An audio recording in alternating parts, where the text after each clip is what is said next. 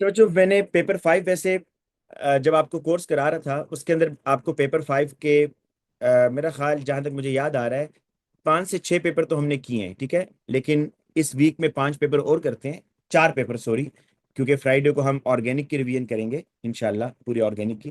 बेटा आज हम करते हैं फरवरी मार्च 2022, ठीक है। देखिए ये पेपर आसान है। एक जो इसमें क्वेश्चन है वो ग्राफ से रिलेटेड होता है, उसमें तो आप लोग आराम से फुल मार्क्स ले लेते हैं। जो पहला वाला क्वेश्चन है जिसमें वो आपसे प्लानिंग और एक्सपेरिमेंट से रिलेटेड चीजें पूछ रहा होता है, उसमें सम टाइम आपके मार्क्स लूज हो जाते हैं बेटा। तो 30 मार्क्स का है, इसमें जो थ्रेश होल्डर है वो आप समझ लें कि आपने 23-24 के आसपास रहना है बेटा, ठीक है। तब आपका ए ग्रेड कंफर्म होगा इंशाल्लाह। अच्छा जी, क्वेश्चन है कि a student has a sample of copper 2 sulphate crystal, the student wants to show that value of x is 5। आपको वैसे ही पता है बेटा कि जो हाइड्रेटेड कॉपर सल्फेट होता है उसमें CuSO4, जो आपका कॉपर सल्फेट है, उसके साथ जो वाटर है ना बेटा, वो कितने मोल्स होते हैं? 1 मोल कॉपर सल्फेट में 5 मोल वाटर होते हैं। लेकिन आपने बेटा ये कैलकुलेशन करके शो करके दिखाना है, ठीक है, कि आया एक्सपेरिमेंट में 5 मोल ही आ रहे हैं, ज्यादा आ रहे हैं, कम आ रहे हैं, ये आपने शो करना है भी।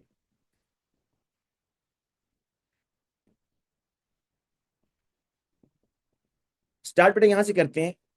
तो वो कह रहा है कि the student use the following method, way a clean crucible on a balance. Crucible पता है क्या चीज है बेटा? क्रूसिबल एक आपका छोटा सा बीकर टाइप तो नहीं आप कहेंगे, मतलब एक बाउल सा है छोटा सा, जिसके अंदर आप अपना कोई भी सॉलिड डालकर उसको हीट करते हैं। स्ट्रांगली हीट किया जाता है, वो टूटता नहीं है। क्रूसिबल इस शेप का होगा बच्चों,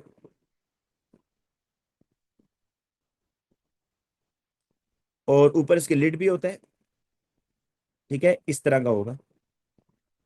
ये आपका क्रूसिबल टाइप है। तो अब बच्चों वो कह रहे हैं कि weigh a clean crucible on a balance reading. अच्छा, वो जो बैलेंस है ना, वो उसकी मेजरमेंट कितने डेसिमल तक मेजर करता है? 2 डेसिमल प्लेसेस तक। मतलब मिनिमम कितना वॉल्यूम, मिनिमम कितना मैथ मेजर कर लेगा भाई, जरा बताओ इस बात से। 2 डेसिमल प्लेसेस से क्या समझ आ रहा है कि मिनिमम वो कितना मेजर कर सकता है? 0.01 ग्राम, शाबाश। मिनिमम वो 0.01 ग्राम मेजर कर सकता है। रिकॉर्ड दी मैस, आप बेटा मैस को रिकॉर्ड करेंगे, जो भी क्रूसिबल का मैस होगा। Place the sample of copper sulphate into the crucible, record the mass. Heat the crucible gently for about 1 minute, then strongly. अच्छा बेटा ये बात काफी दफा पूछता है कि आप पहले पहले आपको बताएगा भाई, आपने जब हीट करना है ना, हीट करना है तो आपने अपने क्रूसिबल को पहले 1 मिनट स्लोली या कम हीट करना है, जेंटली, और फिर उसके बाद स्ट्रांगली हीट करना है, फिर तेजी के साथ उसको हीट करना है। तो बेटा जेंटली हीट क्यों करना है एंड देन स्ट्रांगली हीट क्यों करना है? इसकी रीजन ये है बच्चों कि स्टार्टिंग में ही अगर आप स्टार्टिंग में ही बच्चों स्ट्रांगली हीट करते हैं ना, तो जो आपका यहाँ पर सॉल्ट है ना, सॉलिड स्टेट में ही होगा। जो सॉल्ट है बेटा आपका यहाँ पर, उसके बाहर गिरने के चांसेस होते हैं, स्पिटिंग, स्पिटिंग आउट। तो आपने पहले स्लोली उसको हीट करना है और आहिस्ता आहिस्ता उसको स्ट्रांगली हीट करेंगे। अगर एकदम आप तेजी से हीट करेंगे तो वो इस तरह ना बाहर गिरने का चांस है उसका, ठीक है। इसलिए आपने देखा होगा, ये आपको एग्जांपल दे रहा हूँ, इस आप पॉपकॉर्न जब बनाते हैं तो वो देखे ना किस तरह बाहर निकल रहे होते हैं, उसको कह रहे हैं स्पिटिंग आउट। कि स्पिटिंग आउट से बचने के लिए आपने क्या करना होगा भाई, कि पहले इसको जेंटली हीट करना है, देन स्ट्रांगली हीट करना है। अच्छा फिर क्या कहते हैं जी, कि जब आप हीटिंग कर लेंगे अपनी तरफ से, फिर वे दी क्रूसिबल, उस क्रूसिबल को दोबारा वे करें, उसके अंदर जो कंटेंट है, और रिकॉर्ड दी मैथ्स। जाहिर बात है बेटा कुछ मैथ्स कम हुआ होगा ना, कि पहले था कॉपर सल्फेट डॉट XH2O, और आपने जब उसको हीट किया तो हीट करने के बाद बेटा वाटर निकल गया ना, XH2O, तो कुछ ना कुछ मैथ्स तो कम हुआ होगा। तो फिर वो कह रहा है कि रिकॉर्ड दी मैथ्स। अच्छा कह रहा है कि identify the instruction that is missing between step 3 and step 4। अच्छा बेटा आपको एक बात बताता हूं, जब भी आप किसी चीज को हीट करते हैं ना, जब भी आप बेटा किसी चीज को हीट करते हैं, तो हीट करने के फौरन बाद वो जो गर्म क्रूसिबल है अभी, उसको आप कभी भी बैलेंस के ऊपर नहीं रखेंगे। पहला तो एक कॉमन सेंस है भाई, आप जब हॉट क्रूसिबल को बच्चों, आप अगर हॉट क्रूसिबल को बैलेंस के ऊपर रखते हैं जिस पे आप वे करना है आपने, जारी बात है बेटा इस पर सेंसर होते हैं, कुछ ना कुछ सेंसर भी खराब होने का चांस है। एक तो ये हो गया, ठीक है। दूसरा मैं आपको बताऊं कि जो आप हॉट सब्सटेंस और कोल्ड सब्सटेंस, हॉट और कोल्ड दोनों के मैसेज के अंदर भी फर्क होता है थोड़ा सा, एयर के प्रेशर की वजह से, ठीक है ना। तो इसलिए इनके दोनों, इनके मैसेज में भी फर्क आएगा अगर आप हॉट का करके देखें और आप अगर कोल्ड का करके देखें। वो मैस का फर्क ऊपर एयर प्रेशर की वजह से है, जो ऊपर एयर का प्रेशर है उस वजह से। तो इसलिए बेटा आपने जब भी वे करना है तो आपको क्या करना है बेटा, कूल कूल द क्रूसिबल, आपको कूल करना है ताकि वो रूम टेम्परेचर तक आ जाए, और फिर बेटा आप उसको क्या करेंगे, अलाउ करेंगे, वे फिर उसका वे करेंगे। अच्छा, कह रहे identify the instruction that is missing between step 3 and step 4। तो बेटा आप यहां पर ये लिखेंगे कि allow the crucible and its content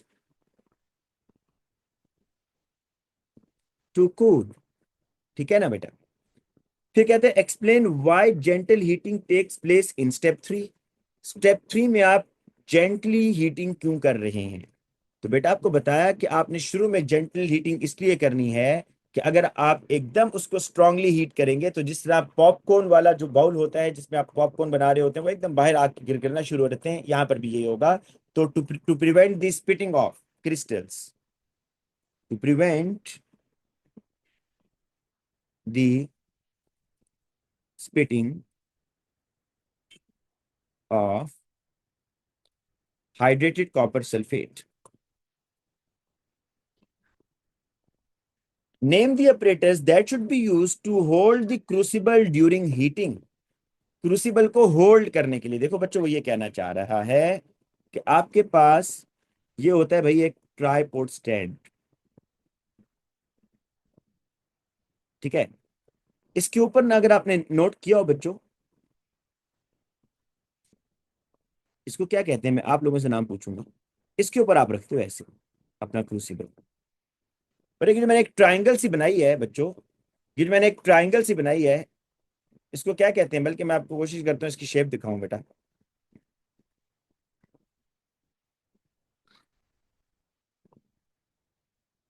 देखिए देखो ये वाली, ये क्या है नजर आया, ये होती है पाइप क्ले ट्राइंगल, इसको बोलते हैं पाइप क्ले ट्राइंगल। इसके ऊपर आप अपना क्रूसिबल रखेंगे बेटा, ठीक है ना। डायरेक्ट आप ट्राइपॉड स्टैंड पे नहीं रखेंगे, ये जो पाइप क्ले ट्राइंगल है ये इसको होल्ड कर लेता है बेटा। गुड बेटा, अगर आपने देखा प्रैक्टिकल किया तो फिर आपको ये सारी चीजें याद आ रही होंगी, ठीक है। तो name the apparatus that should be used to hold the crucible, tong शोंग ना लिख कर आ जाइएगा, क्रूसिबल को होल्ड करने के लिए ये पाइप क्ले ट्राइंगल है।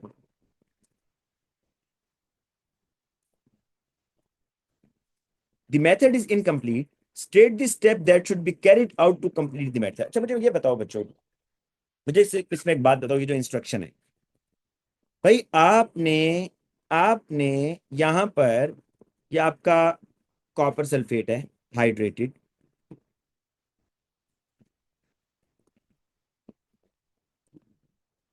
आप बच्चों इसको हीट कर रहे हो, आपने इसको हीट किया 5 मिनट तक।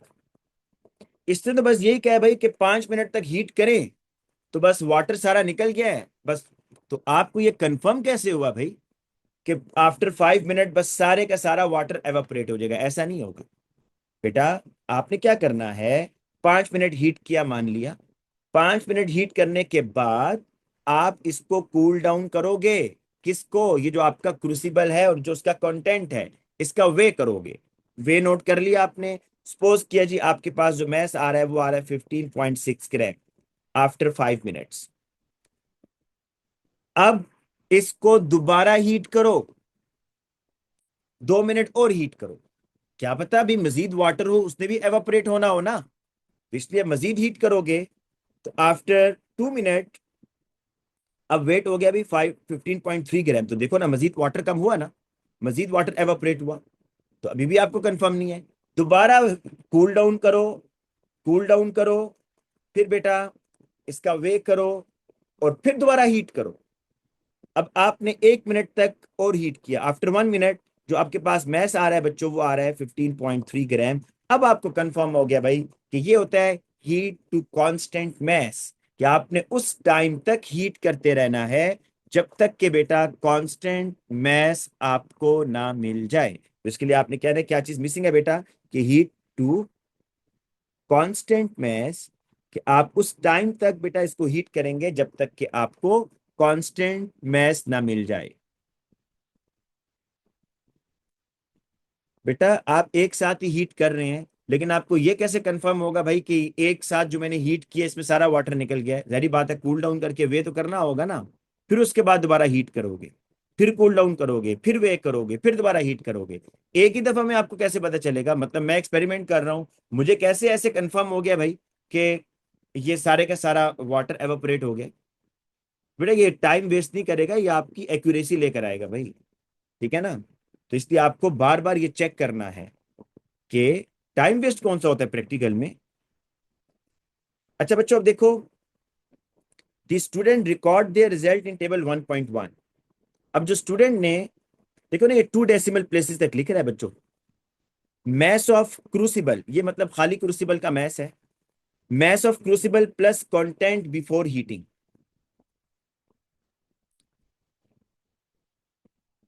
अच्छा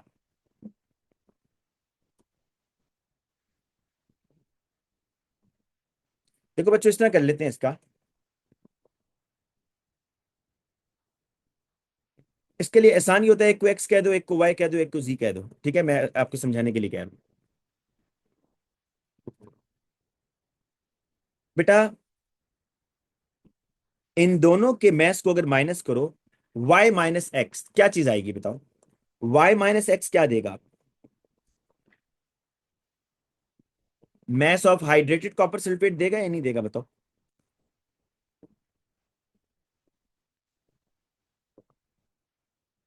है ना, हाइड्रेटेड कॉपर सल्फेट। अब बेटा इस तरह करते हैं कि अगर आपने mass of CuSO4 dot XH2O find out करना है, तो आप इन दोनों को माइनस कर दो ना, 21.09 माइनस 13.60। क्या आंसर आ रहा है बच्चों?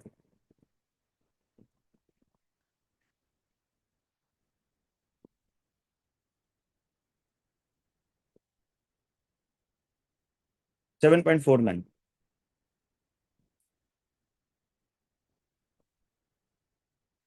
इसके आगे लिखता हूँ, 1 मिनट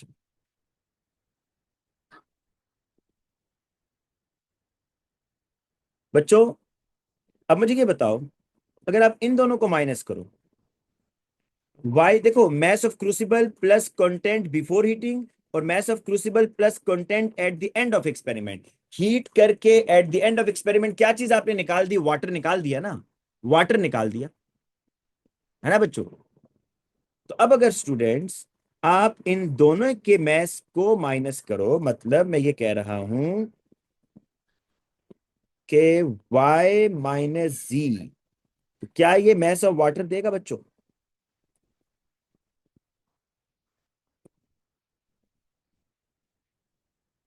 हाँ बच्चों ये क्या देगा बताओ जरा मुझे।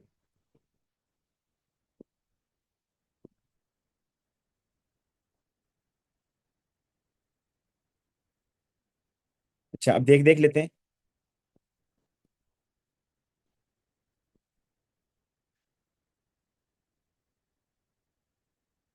अच्छा बच्चों इस तरह करते हैं कि मैं ना इस तरह कर रहा हूं कि यहां लिखता हूं mess of crucible plus content before heating 21.09, ठीक है? और इसको माइनस करता हूं बच्चों किसके साथ? 17.94। मुझे ये बताओ स्टूडेंट्स, मुझे ये बताओ, इन दोनों के मैस को जब माइनस करेंगे तो किस चीज का मैस आएगा? ये 3.15 मैस किस चीज का है बच्चों? जी, तो कुछ बच्चे ये क्यों कह रहे हैं कि हमारे पास an anhydrous copper sulphate का मैस आएगा? ये मुझे समझ नहीं आ रही बेटा। ये देखो, ये आपके पास था क्रूसिबल, इसमें था CuSO4 डॉट XH2O, इसका मैथ था बच्चों 21.09। फिर आफ्टर हीटिंग क्या हुआ स्टूडेंट्स? आफ्टर हीटिंग आप नोट करो कि आपके पास ये क्रूसिबल है और इसमें सिर्फ CuSO4 रह गया, इसका मैस है 17.94। तो क्या चीज निकली है बताओ, क्या चीज निकला है भाई? ये ना बताएं कॉपर सल्फेट या विदाउट, मुझे बताएं ये मैस किस चीज का है। This is the mass of water, ये मैस ऑफ वाटर है बच्चों, ठीक है ना। तो देखो ये आपके पास before starting the, before heating और आफ्टर हीटिंग, भाई क्या एवापोरेट होगा, मैस से तो एवापोरेट होगा। तो इसको कर दो भाई माइनस 3.15 ग्राम। बच्चों एनहाइड्रस कॉपर सल्फेट का मैस निकाल सकते हो, एनहाइड्रस कॉपर सल्फेट का। हाइड्रेटेड कॉपर सल्फेट का मैस भी आ गया, वाटर का भी आ गया, इन दोनों को माइनस करो तो क्या आएगा बेटा? बेटा अजान हो लेने दे, अजान हो लेने दे बेटा। अच्छा बच्चों, एक तो हमने मैस ऑफ वाटर निकाल लिया क्योंकि बिफोर हीटिंग और आफ्टर हीटिंग आपको पता है कि हीट करने से पहले और हीट करने के बाद, हीट असल में करने का मकसद ही ये था कि आप वाटर को एवापोरेट कर दें। तो मैंने इन दोनों की वैल्यूज को जब माइनस किया तो मेरे पास आ गया क्या चीज, मैस ऑफ वाटर। ये मेरे पास बेटा मैस ऑफ वाटर है, ठीक है। अब मैं मैस ऑफ कॉपर सल्फेट निकालना चाहता हूं बच्चों, mess of anhydrous copper sulphate. तो मेरे पास स्टूडेंट्स, मेरे पास जरा नोट करो, मेरे पास यहाँ पर हाइड्रेटेड कॉपर सल्फेट का मैस भी मालूम है मुझे बेटा, मुझे यहाँ पर वाटर का मैस भी मालूम है। तो अगर मैं इन दोनों की वैल्यू को माइनस कर दूं तो मेरे पास mass of anhydrous copper sulphate आ जाएगा, ठीक है। तो 21.09 माइनस 3.15, ये आपके पास आ रहा है बेटा।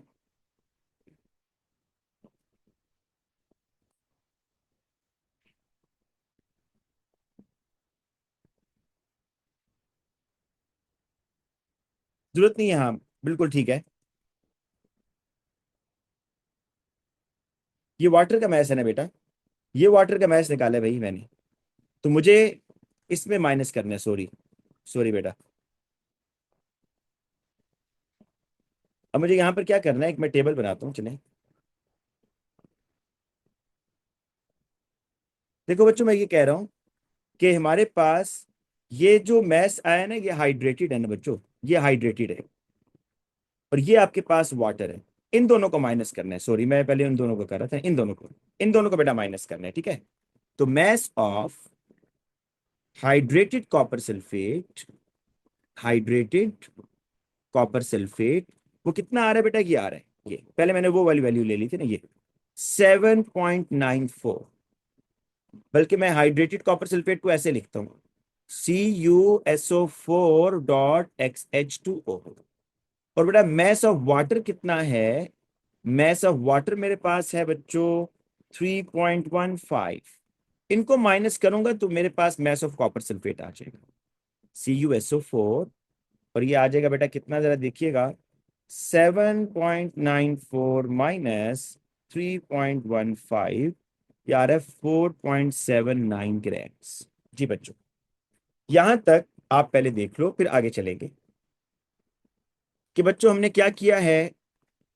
4.79, 7.94 या 4.79 भाई, ओहो, ओके बेटा, 7.49 माइनस 3.15, 4.34। अच्छा बच्चों अब देखो, दोबारा से मैं आपको सारे बात बता देता हूं। जब भी आप हीट करते हो ना किसी हाइड्रेटेड सॉल्ट को, तो आप वाटर को एवापोरेट कर रहे होते हो। तो इन दोनों में अगर आप y और z को देखो बच्चों, अगर आप y और z को माइनस करोगे तो आपके पास मैस ऑफ वाटर आएगा, ये तो मान रहे हो ना, यहां से आएगा मैस ऑफ वाटर। पर अगर आप इन दोनों को माइनस करोगे तो आपके पास आएगा mass of hydrated copper sulphate. तो आखिर में आपने क्या करना है बच्चों, इन दोनों को माइनस करना है ताकि आपके पास एनहाइड्रस भी आ जाए। तो अब बेटा मैं यहां पर बस आगे एम्पिरिकल फॉर्मूला वाला कॉन्सेप्ट बेटा लगाना है, सारा आपके पास आंसर आ जाएगा। ये देखो, यहां मैं लिखता हूं कॉपर सल्फेट, यहां मैं लिखता हूं वाटर, यहां मैं लिखता हूं बेटा इनके मैसेज। कॉपर सल्फेट का मैस है 4.34 वाटर का बेटा मैस है 3.15। अब बेटा इसके हमने मोलर मैसेज, चले आपको बता देता हूँ क्या है मोलर मैसेज। बेटा कॉपर सल्फेट की तरह मोलर मैस निकालिएगा। कॉपर है आपका 159.6, ठीक है, और वाटर का आ रहा है 80। अब बेटा इनके मोल्स निकालने जरा, मोल्स 4.34 डिवाइडेड बाय 159.6,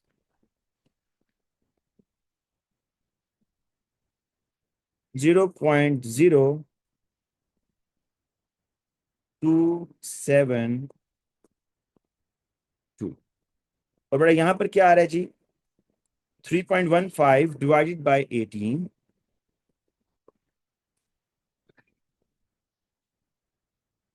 0.175।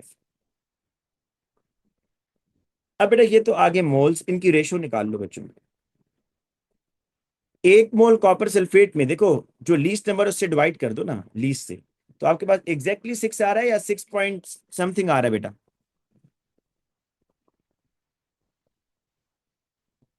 यहाँ 1 आ रहा है और यहाँ क्या आ रहा है, 6.44। ठीक है, ठीक है बच्चों।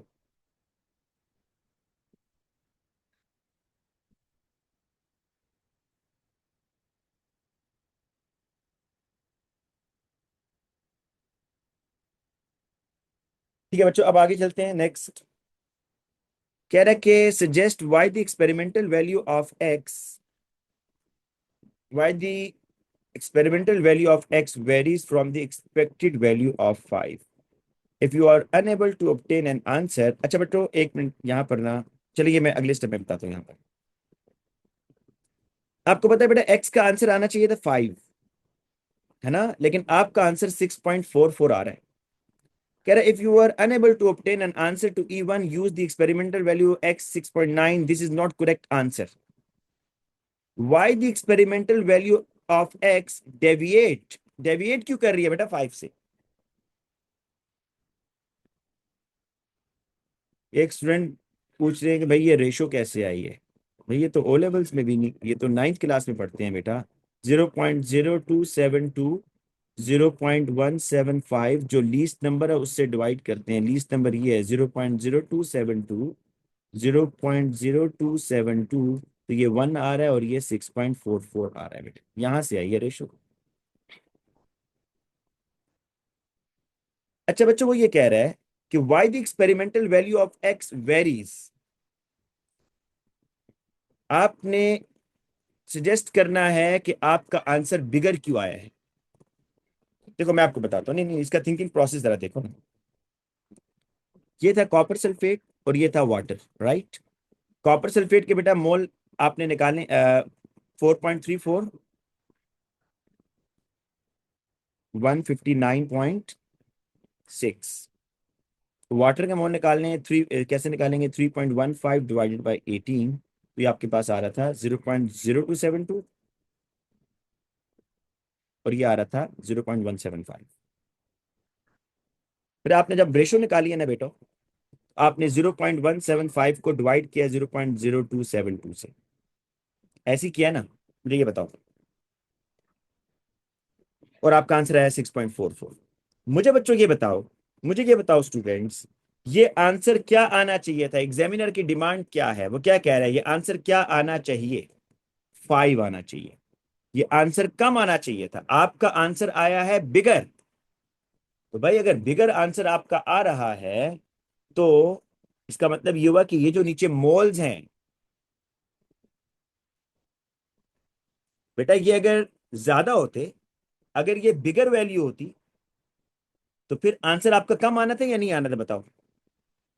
बेटा अगर ये नीचे वाली वैल्यू बिगर होती, 0.0272, ये अगर बिगर वैल्यू होती तो आपका आंसर यहां पर स्मॉल आ जाना था ना। इसका मतलब ये हुआ भाई आपने कम मोल्स निकाले हैं। आपने क्या किया बेटा, आपने मोल्स कम निकाले हैं, ये वैल्यू कम है, इट शुड बी ग्रेटर, इस वैल्यू को बड़ा होना चाहिए भाई, इस वैल्यू को थोड़ा सा बड़ा होना चाहिए था, बिगर होना चाहिए था, है ना, ये वैल्यू बिगर होनी चाहिए थे ना। अच्छा, अब ये वैल्यू बिगर मसला कहाँ आ रहा है, और पीछे जाओ बेटा, ये देखो, ये हो सकता है कि जो कॉपर सल्फेट है ना, अब देखो मुझे ये बताओ, ये वैल्यू बिगर कैसे आएगी बेटा, ये वैल्यू कैसे बिगर आएगी, ये तो मैं नहीं कह सकता ना एम आर ग्रेटर होना चाहिए, एम आर तो वही है भाई, बेटा ये वैल्यू बिगर उस वक्त आएगी जब ये मैस बिगर होगा, 4.34, ये मैस बिगर होना चाहिए था। अब असल में ये मैस बिगर क्यों नहीं आया, इसमें पॉसिबिलिटी बेटा हम डिस्कस कर सकते हैं। ये हम देख सकते हैं कि मे बी आप जब कॉपर सल्फेट को हीट कर रहे हो तो कुछ कॉपर सल्फेट बाहर गिर गया हो, स्पिटिंग होगी हो, jumping out during the heating. दूसरा बेटा आप ये भी तो सोच सकते हो कि मे बी इस कॉपर सल्फेट की डिकम्पोजिशन हो गई हो, या इसके कुछ वेपर्स बन गए हो, वाटर के साथ ये भी डिकम्पोज हो गया हो, सॉरी वाटर के साथ ये भी एवापोरेट हो गया हो, या इसकी डिकम्पोजिशन होगी हो, ये भी तो हो सकता है ना। आपने बेटा पीछे तक जाना है कि मसला कहां पर आ रहा है, देखो वो कह रहा है जी ये 6.44 नहीं आना चाहिए, 5 आना चाहिए। तो 6.44 आपका आंसर बिगर आपका आंसर बिगर आ रहा है, कम आना चाहिए। कम आने के लिए आप सोचोगे भाई ये वैल्यू बिगर होनी चाहिए, नीचे वाली वैल्यू बिगर होनी चाहिए ना। अब ये वैल्यू बिगर कैसे होनी चाहिए भाई, आपके मोल्स ज्यादा होने चाहिए। मोल कैसे ज्यादा होंगे भाई, ये मैस ज्यादा होना चाहिए। मैस आपका ज्यादा नहीं था, कम था। क्यों कम था, इसलिए कम हो सकता है कि may be during the heating copper sulphate decompose हो गया हो, कॉपर सल्फेट एवापोरेट हो गया हो, कॉपर सल्फेट उस क्रूसिबल से बाहर गिर गया हो। ठीक है बेटा, तो इसलिए आपको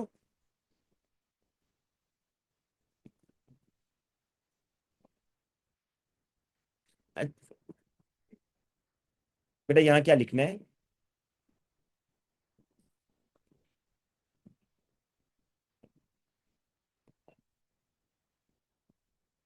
पर अब देखो यहाँ पर काफी ज्यादा आपके पास ऑप्शन है।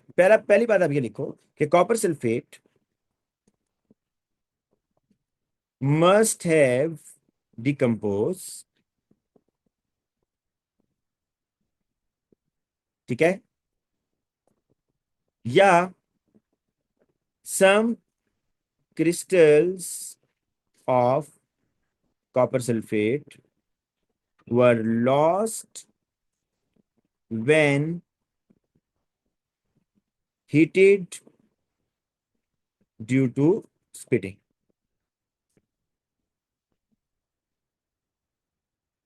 ठीक है बेटा, और अब बेटा इसका लास्ट वाला पार्ट जरा कर लो। The empty crucible weighs 13.60। अच्छा बच्चों ये बताओ, एक और बात बताओ जरा, इसी क्वेश्चन में अगर हम अगर हम यहां पर ये कहें कि अगर आपका आंसर आता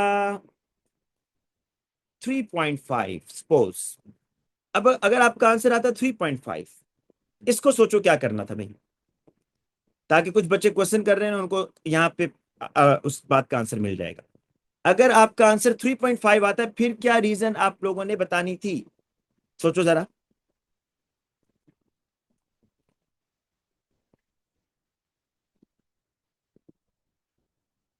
हाँ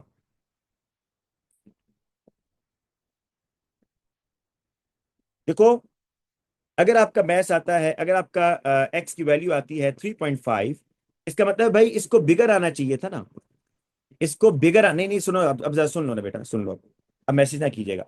इसका अगर 3.5 आंसर आ रहा है और आना इसको चाहिए था 5, इसका मतलब है आपका आंसर कम आया है, इस आंसर को बिगर होना चाहिए था, कम निकला है। तो कम निकलने के रीजन क्या होगी कि भाई ये वैल्यू स्मॉल है आपकी, ये वैल्यू क्या है, स्मॉल है, ये वाली जो वैल्यू है ना आपकी ये स्मॉल है, सॉरी ये वैल्यू आपकी बिगर है, सॉरी बेटा, क्योंकि आपका आंसर कम आ रहा है ना, एक्स की वैल्यू 3.5 आ रही है। तो इसका मतलब ये हुआ है बच्चों, 3.5 अगर आ रही है और आना इसको 5 चाहिए था, लेकिन आपका आंसर 3.5 आ रहा है, 3.5 आंसर नहीं आना चाहिए था, 5 आंसर आना चाहिए था, बिगर आंसर आना चाहिए था। आपका आंसर आ रहा है कम। तो कम आने की रीजन क्या है भाई? कि दिस वैल्यू इज बिगर, ये वैल्यू बिगर है आपकी, इस वैल्यू को स्मॉल होना चाहिए। ये वैल्यू बिगर है, आपने ज्यादा मोल निकाल लिए भाई, मोल ज्यादा निकाल लिए। अच्छा, मोल ज्यादा निकाले हैं, ये आंसर आपका ज्यादा आया है, ये आंसर आपका ज्यादा आ रहा है। इट मींस कि आपका भाई ये वाला, ये वाली वैल्यू ज्यादा है, ये वैल्यू ज्यादा है ना। इसका क्या मतलब है? अगर ये मैथ ज्यादा आ रहा है, आपने वाटर सारा एवोपरेट ही नहीं किया भाई, आपने वाटर सारा एवोपरेट ही नहीं किया। तो अब जो बच्चे ये क्वेश्चन कह रहे थे कि सर हम ये लिख सकते हैं कि ऑल वाटर इज नॉट एवोपरेटेड, उनको समझ आई कि वो नहीं लिखना? जी बच्चों बताओ जरा।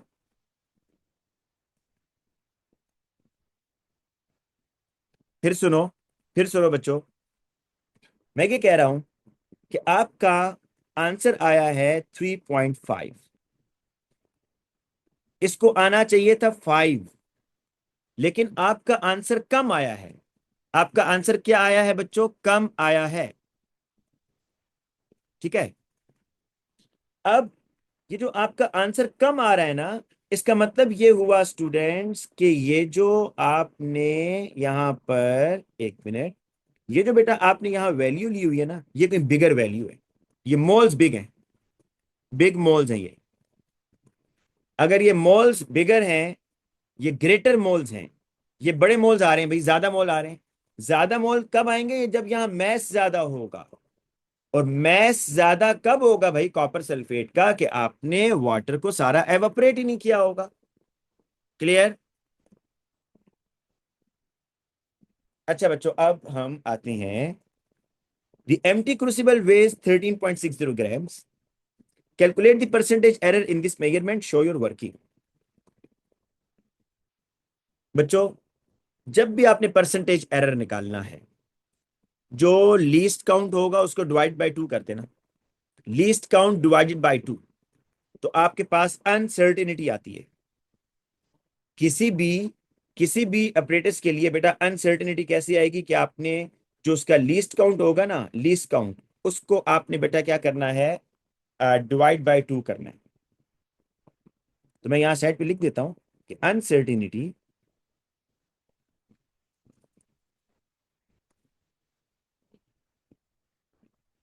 Is the half of the least count. Least count का हाफ होता है बेटा। तो इस अपरेटस के बारे में जरा नोट तो करो बेटा, इस अपरेटस के अंदर आप मिनिमम कितना मैस मेजर कर सकते थे? 0.01, ये था मिनिमम। ठीक है। अब आपने क्या करना है बच्चों? 0.01 डिवाइडेड बाई 2, तो आपके पास आएगा 0.005। ये अनसर्टेनिटी है, प्लस माइनस जो लिखा होता है ना किसी ऑपरेटर्स पर, वो ये होता है बेटा।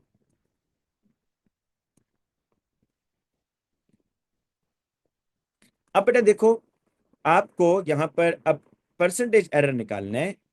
तो परसेंटेज एरर में ये जो आपने लीस्ट काउंट को डिवाइड बाय 2 किया है ना, हमेशा हर ऑपरेटर्स का ये होगा। जिस तरह ब्यूरेट है बेटा, ब्यूरेट, ब्यूरेट का लीस्ट काउंट कितना है? मिनिमम आप 0.1 मेजर करते हो ना उससे, तो 0.1 डिवाइडेड बाय 2 करोगे तो 0.05, तो 0.05 क्या होगा? अनसर्टेनिटी होगी इन द ब्यूरेट।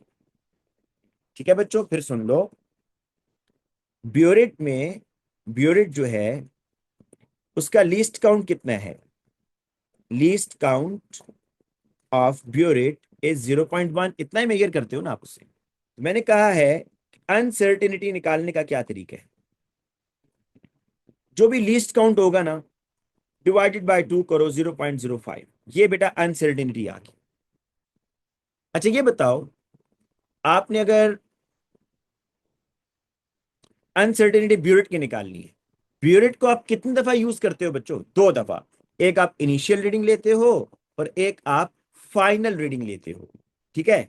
तो अब बच्चों अगर आपने परसेंटेज एरर निकालना होगा ना, तो वो कैसे निकालोगे? 0.05, ये मैं ब्यूरेट का बता रहा हूं बच्चों, 0.05 2 दफा यूज किया ना, टाइम्स 2, क्योंकि इनिशियल रीडिंग में भी आपकी अनसर्टेनिटी आएगी, फाइनल में भी आएगी। बेटा वॉल्यूम यूज, टोटल वॉल्यूम कितना यूज किया ब्यूरिट से, कितना वॉल्यूम यूज हुआ, 10 हुआ, 25 हुआ, 15 हुआ, वो लिखोगे, इनटू 100 करोगे। ये फॉर्मूला याद रखना है बेटा, ये भी पक्का क्वेश्चन है। तो यहां पर बच्चों ये कह रहा है कि आपने परसेंटेज एरर निकालना है। तो बच्चों ये लीस्ट काउंट हमने निकाल लिया, क्योंकि उसने हमें बताया हुआ था कि ये मिनिमम इतना मेजर करता है। तो 0.005 टाइम्स 2, क्योंकि यहां पर भी बेटा आपने दो दफा जो है ना मैथ्स को मेजर किया है, डिवाइडेड बाय। अच्छा बच्चों अब देखो, आपने इससे टोटल मैथ्स कितना मेजर किया ये बताओ। टोटल मैथ्स बेटा कितना मेजर किया इससे आपने? हाँ बच्चों,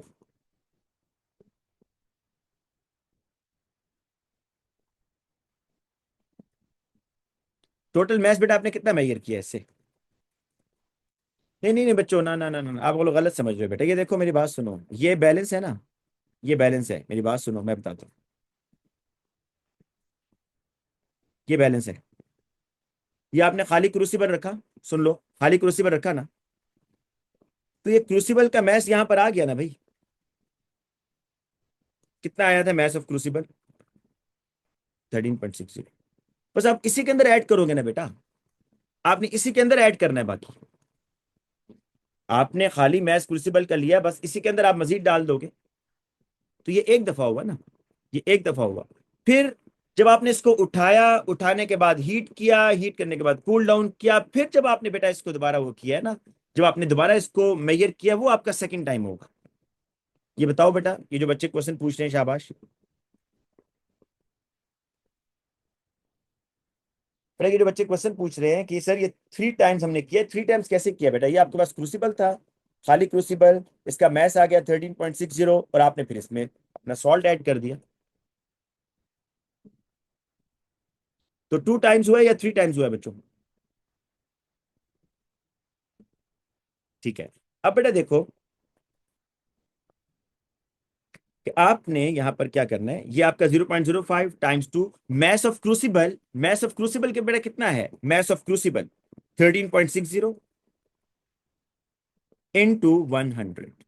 ये आपने बेटा फॉर्मूला यूज करना। टेयर तो करेंगे भाई, टेयर तो करेंगे ही करेंगे बेटा, लेकिन टेयर करने के बावजूद भी, बेटा टेयर करने के बावजूद भी तो, मतलब टेयर का ये मतलब तो नहीं है ना कि आपने उसकी अनसर्टिनिटी खत्म कर दी है। टेयर तो करना ही करना, उसके बावजूद अनसर्टिनिटी होती है ना। देखो ब्यूरिट के अंदर जो अनसर्टिनिटी होती है, ये तो नहीं अब इसका मतलब कि आप इसको वॉश ही ना करें, आप कहेंगे चलो इसमें अनसर्टिन, आपने वॉश करना है, उसको रिंस करना है, ड्राई करना है, उसके बावजूद उसमें अनसर्टिनिटी होगी। ठीक है बेटा, अब बेटा इसको सॉल्व कर लो जरा, क्या आंसर आ रहा है? 0.0735%। बेटा दो दफा इसलिए किया है कि आपने एक दफा जब इसको हीट किया, एक दफा तो बेटा आपने हीटिंग से पहले का मैस लिया है ना, एक दफा हीटिंग से पहले का मैस है, और एक दफा हीटिंग के बाद का मैस है। 13.60 is the mass of crucible बच्चों, 13.60 is the mass of crucible, उसी का मैस आपने बेटा पहले मेजर किया है ना, 13.60।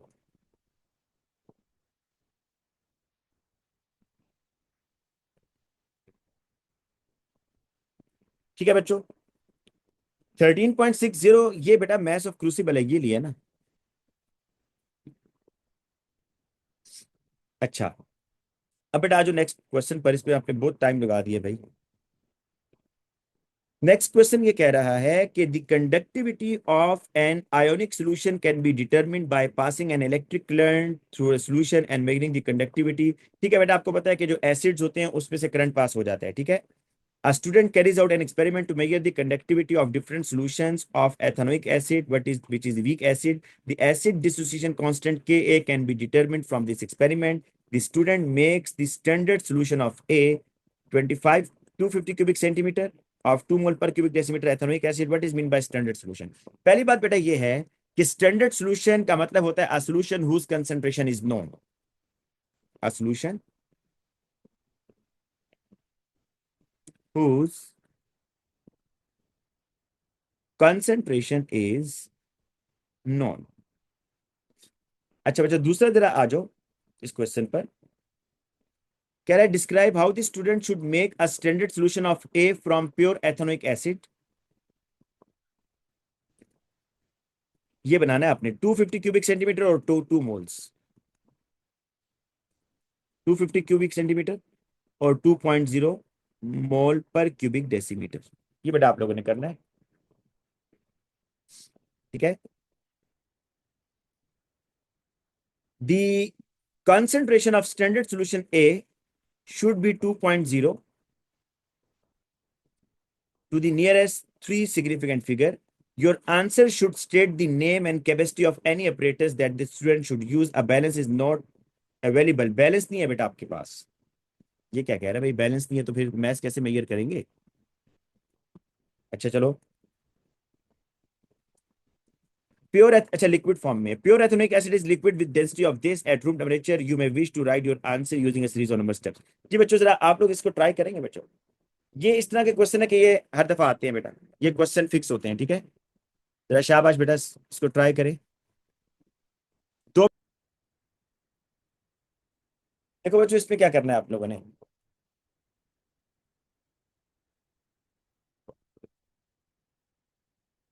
सबसे पहले तो आप ये देखो कि आपको सोल्यूशन कौन सा बनाना है भाई। आपको सोल्यूशन बनाना है 2 मोल पर क्यूबिक डेसीमीटर और उसका वॉल्यूम कितना होना चाहिए, 250। ये 30 ग्राम ठीक है हरीशा, ठीक है। अच्छा बास बच्चे अभी तक पिछले क्वेश्चन में भाई फंसे हुए हैं, कह रहे हैं कि सर आपने यहाँ पर ये मैथ्स क्यों लिया है। तो बच्चों और कौन सा मैथ्स लूं, क्या कॉपर सल्फेट का मैथ्स लूं। कॉपर सल्फेट का मैथ्स आपने किसको माइनस करके निकाला है, 1 मिनट बच्चों, ये कॉपर सल्फेट का मैथ्स किस से माइनस करके निकाला है, क्या मैथ्स ऑफ क्रूसिबल से माइनस किया या नहीं किया, ये बताओ। हाँ बच्चों, या जो ऊपर क्वेश्चन में जो कॉपर सल्फेट का हमने मैथ्स निकाला था, वो मैथ्स हमने क्या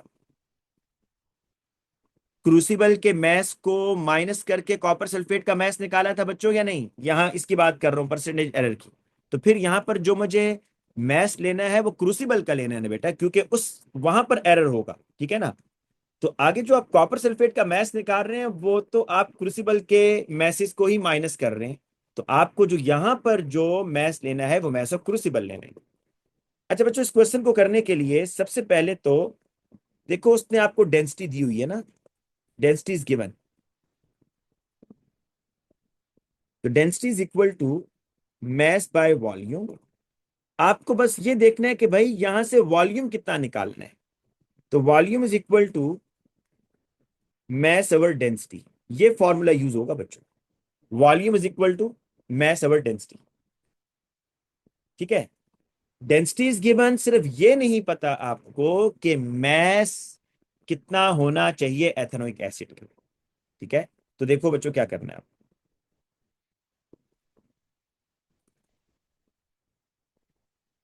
कंसेंट्रेशन उसने आपको बताई है 2 मोल पर क्यूबिक डेसीमीटर। आपको पता है बेटा कि एक मोल के लिए एक क्यूबिक डेसीमीटर के लिए कितने मोल चाहिए होंगे, एक क्यूबिक डेसीमीटर के लिए कितने मोल चाहिए होंगे भाई, 2 मोल्स, ठीक है ना। तो 1 क्यूबिक डेसीमीटर के लिए मतलब 1000 क्यूबिक सेंटीमीटर आप कह सकते हो, इसके लिए 2 मोल्स एथेनोइक एसिड के चाहिए। तो बच्चों इसको इस तरह लिखते हैं कि 1000 क्यूबिक सेंटीमीटर के लिए 2 मोल एथेनोइक एसिड का मैस क्या होगा बच्चों, 2 मोल एथेनोइक एसिड का क्या मैस होता है, 2 मोल्स ऑफ एथेनोइक एसिड। हाँ पहले 1 मोल का मैस निकालो, कार्बन का 2 कार्बन है, तो हो जाएगा बेटा ये 12 + 3 + 12 + 32 + 1, फिर इसको टाइम्स 2 करेंगे। जी बच्चों 120, तो ये आ रहा है बेटा 120 ग्राम्स।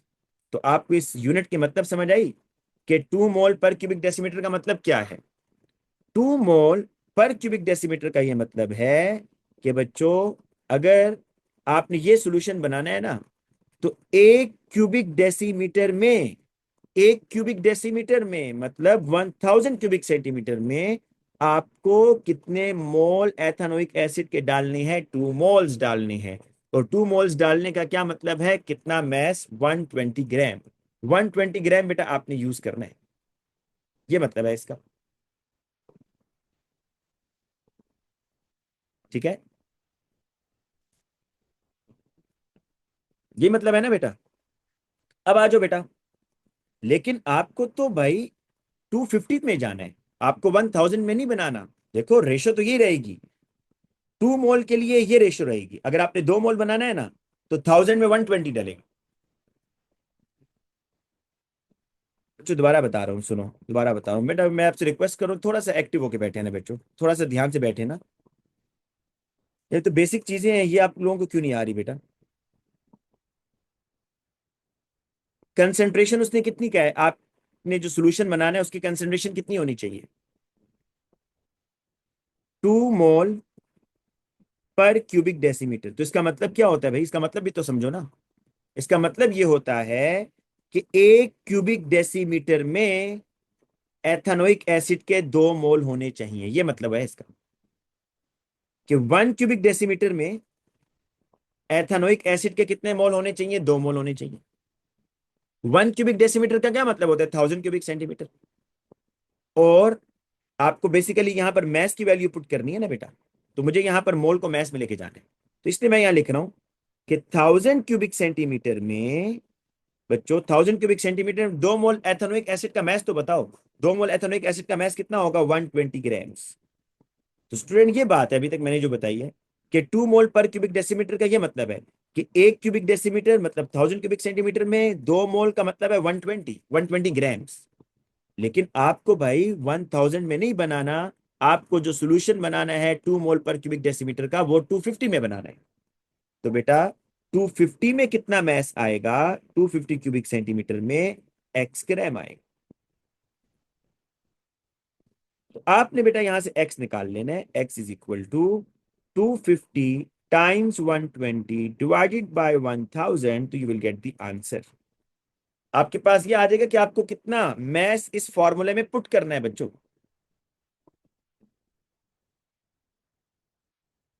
क्या आंसर आ रहा है बेटा?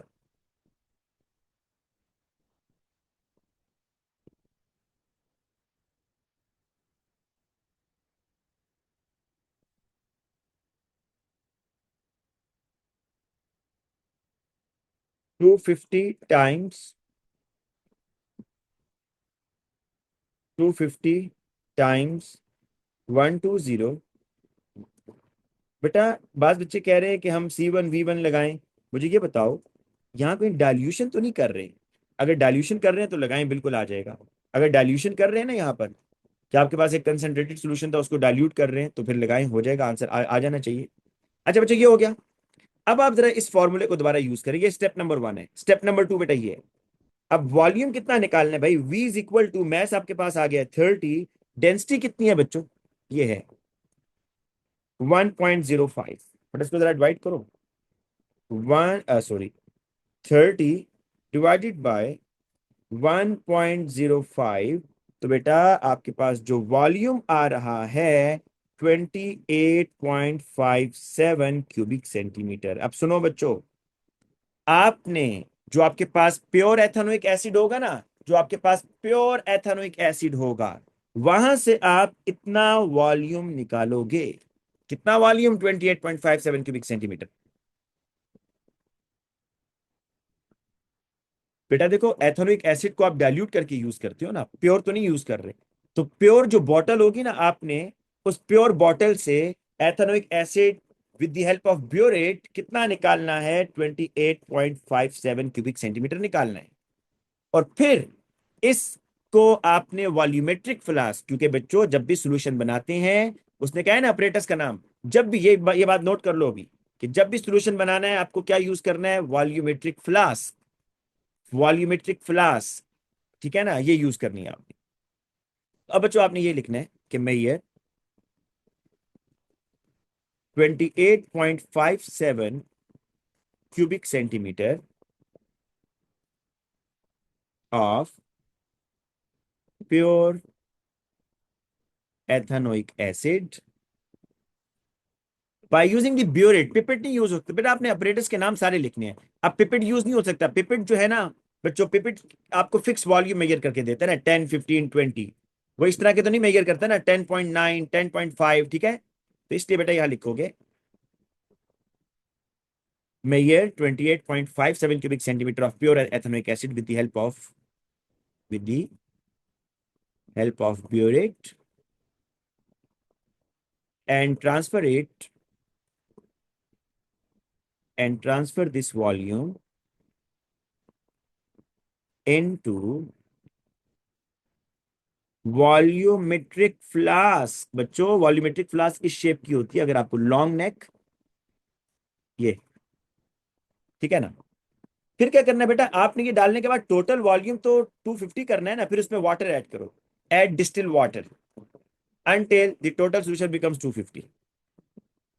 Add distilled water until the total volume becomes 250 cubic centimeter.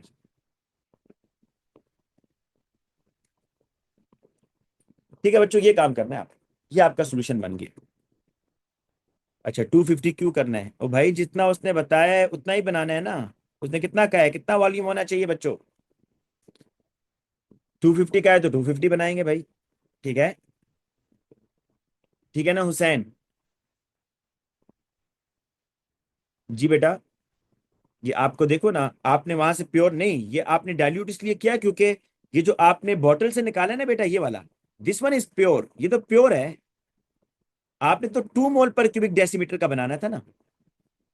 बच्चों देखो इस तरह है, आप लोगों को असल में, आप लोग फर्स्ट टाइम कर रहे हो ना इसलिए मुश्किल हो रही है, ठीक है, मुझे आइडिया नहीं है। आप लोग फर्स्ट टाइम कर रहे हो। देखो ये आपके पास एक बोतल है,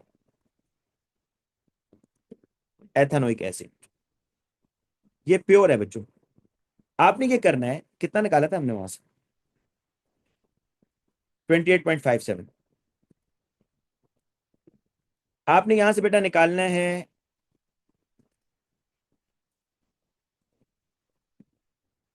28.57 क्यूबिक सेंटीमीटर प्योर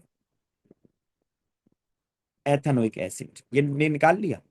और फिर बेटा क्योंकि टोटल वो क्या निशान से बना होता है, टोटल आपने 250 करना है, फिर आप इसमें डिस्टिल वाटर डालो और इतना डालो कि टोटल कितना हो जाए, 250 हो जाए। फिर उसके ऊपर बेटा आपने लिड लगाकर इसको इस तरह आप शेक करते हैं एक तरीके से, ठीक है, ताकि टोटल वॉल्यूम क्या हो जाए। अच्छा, अब बात बच्चे कह रहे हैं सर 28.57 क्यों मेजर करना है? ठीक है, मैंने ख्याल है ये बच्चे पहले जो है ना ये क्लास में नहीं थे एक्टिव। 28.57 कहां से आया सुनो।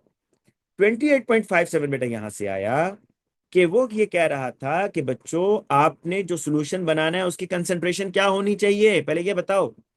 जो सोल्यूशन बनाना है उसकी कंसंट्रेशन क्या होनी चाहिए? 2 मोल पर क्यूबिक डेसीमीटर। तो सुनो बच्चों, सुनो,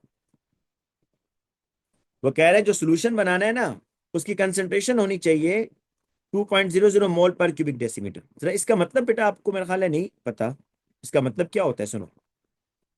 इसका मतलब ये होता है, ये असल में वॉल्यूम बता रहा होता है, ठीक है, और ये आपको बेटा ये आपको मोल बता रहा है। अब इसका मतलब ये है कि 1 क्यूबिक डेसीमीटर में 2 मोल्स होंगे।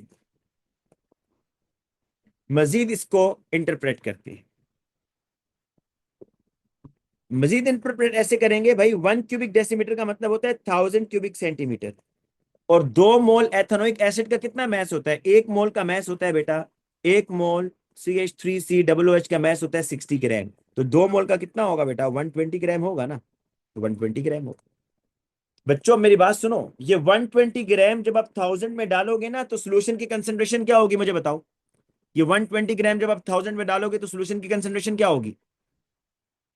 2 मोल पर क्यूबिक डेसीमीटर होगी। लेकिन बच्चों आपने क्या 1000 में बनाना है? नहीं, आपने इतना ज्यादा नहीं बनाना भाई, आपने तो थोड़ा वॉल्यूम में बनाना है, लेकिन बनाना 2 मोल का है, बनाना 2 मोल का है, लेकिन आपको वॉल्यूम थोड़ा चाहिए। तो बच्चों 1000 आप रेशियो यूज करो ना, 1000 में 120 इतना आ रहा है, तो आपने अगर 250 में बनाना है, क्योंकि उसने ऊपर क्वेश्चन में कहा हुआ है 250 में बनाए, तो उसमें कितना आएगा? एक्स आएगा। तो रेशियो मेथड से बेटा आपको पता चल जाएगा कि आपने कितने ग्राम एथेनोइक एसिड यूज करना है। देखो ना ये इसके कितने टाइम है बेटा, ये 4 टाइम है ना, तो बस 120 का भी 4 टाइम ले लो। समझ आई ये बात अब? हाँ बच्चों, ये बात समझ आई है कि कैसे मैं, अब देखो चलो अगर नहीं आई, यहां से अब एक्स क्या आ रहा है आपका? 30 आ रहा है, राइट भाई। अब फॉर्मूला लगाया ना मैंने, density is equal to mass over volume. मुझे ये नहीं पता कि कितना वॉल्यूम यहां से निकालना है, इस वॉल्यूम का नहीं पता था कितना निकालना है, तो बेटा अब मैं क्या करूंगा, volume is equal to mass over density. तो volume is equal to mass मुझे पता चल गया 30 है, डेंसिटी बेटा उसने बताई हुई थी, तो यहां से वॉल्यूम आ जाएगा मेरे पास। चलें जी, अब आ जाए next. The student wears chemically resistant gloves throughout this procedure. बेटा ये क्वेश्चन भी एक एक नंबर का पूछता है। नहीं बेटा अरीशा, वॉल्यूमेट्रिक फ्लास्क 250 की भी होती हैं, 500 की भी होती हैं, और लैब में वैसे 500 से ज्यादा की नहीं होती, 250, 500, 100 की भी होती हैं, ठीक है। अच्छा बच्चों ये बताओ, कह रहा है कि student wears chemically resistant gloves throughout this procedure, why. और भाई एसिड से काम कर रहा है ना, तो एसिड क्या होता है बेटा, क्रोजिव इन नेचर होता है या नहीं होता है, बिल्कुल होता है। तो pure ethanoic acid is corrosive, मतलब आपकी स्किन बर्न हो जाएगी बेटा, जल जाएगी।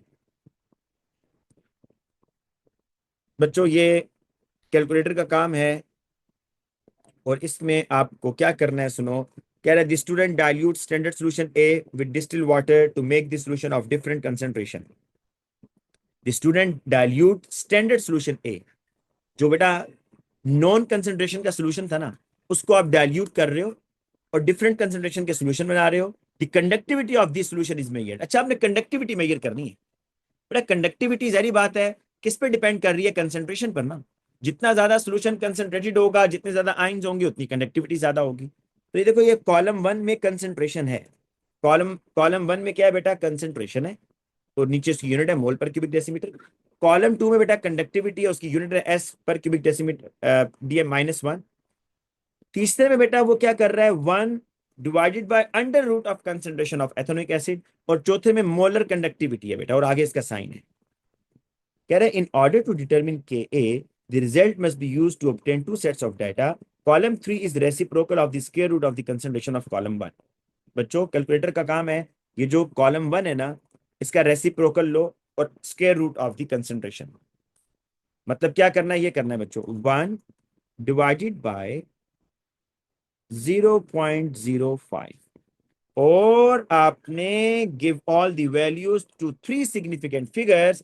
अगर आपने थ्री सिग्निफिकेंट फिगर, बड़ा कंडक्टिविटी है, एस इज द कंडक्टिविटी भाई, एस इज द कंडक्टिविटी लिखा हुआ है उसके साथ, मोलर कंडक्टिविटी, और उसकी यूनिट आगे लिखी हुई है, ठीक है, और आगे उसका सिंबल है ये।